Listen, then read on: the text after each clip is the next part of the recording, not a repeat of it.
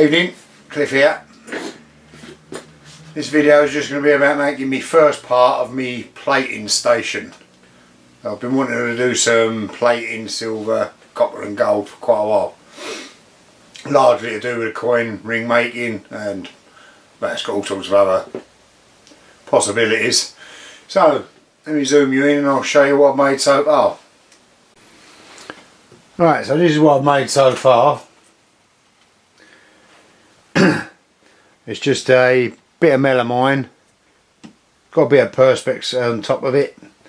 I've got 3 beakers. The perspex I cut holes in so the beakers so it can take a bit of a walloping. I've got these 2 brass rails in that will be the conductive bits, and I've got this little power supply. I don't know whether this is going to be up to it. It's a bit iffy. Well, I think it is only the display that's a bit dodgy on this, but I can always put my meter in it. You only need about 5 volts to sort this out, and so this is the idea. You power up the rails. These leads will go to anodes, whatever plating you're doing, whether it's copper, whether it's a cleaning, whether it's stainless steel. That will probably have a cleaner in it. This will be a copper one, this will be a silver one. Later on I might try and do a bit of gold plating. And then if you are doing a ring, something like that, just bend up some wire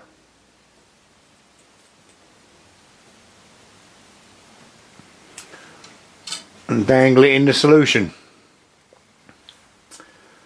Right,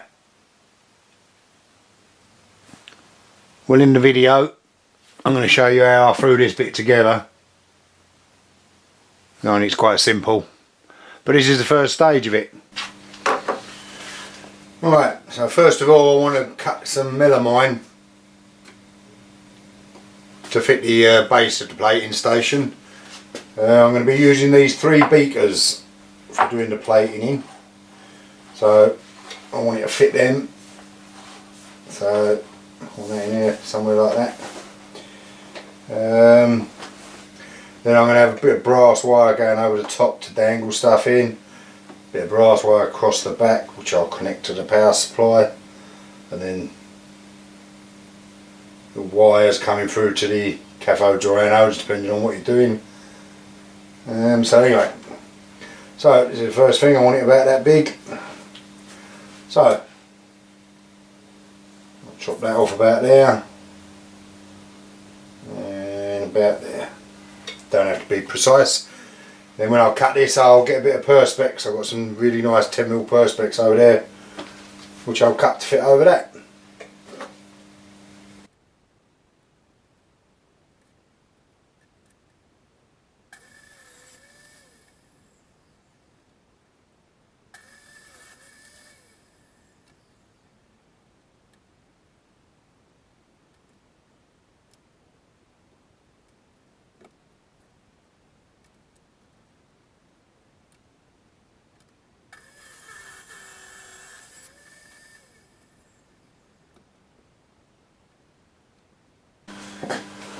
Right, a little bit of GoPro footage there, hopefully, if it works.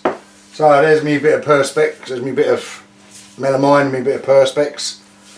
Right, what I'm going to do now is drill some holes in the corners, screw this together, and then plane up the ends and get it all lined up.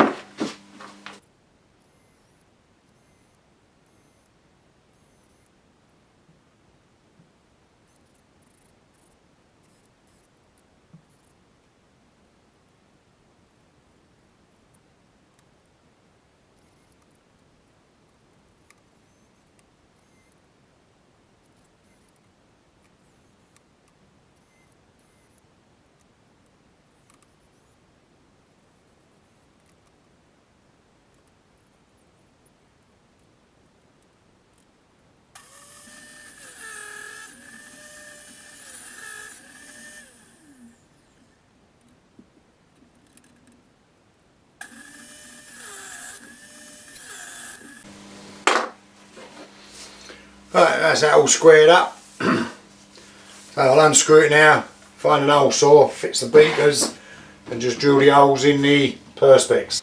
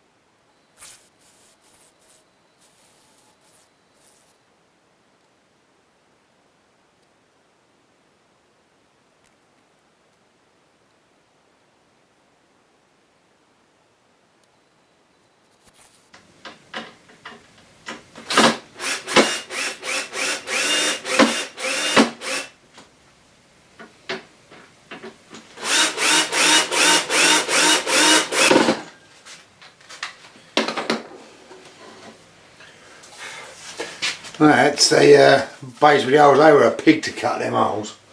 The bits of perspex that come out of them.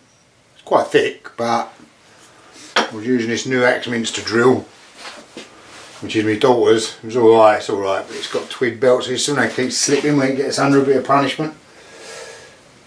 Couple that with the fact I was using a proper crappy set of old drills. I think they only cost about £3, about 30 of them. Anyway, that's that. There you go. And put them there. Right, so now I've got this brass 3mm rod. So I'm going to bend an hanging bar there and an hanging bar there, which I'll crocodile clip the anodes and cathodes to. Right. So that's him with his bent bits of brass wire in it. That one's not very even, but these can come pull out when I'm not using it. Beakers fit in there, they'll dangle off of that. Cathodes whatever to there, anodes whichever way around they'll be. Right, that's him. Okay, well that was how I put it together. So in the next one I'll be knocking up some solutions. I've got some chemicals to do it, and I'll be having a go at a bit of plating. Cheers, see you again.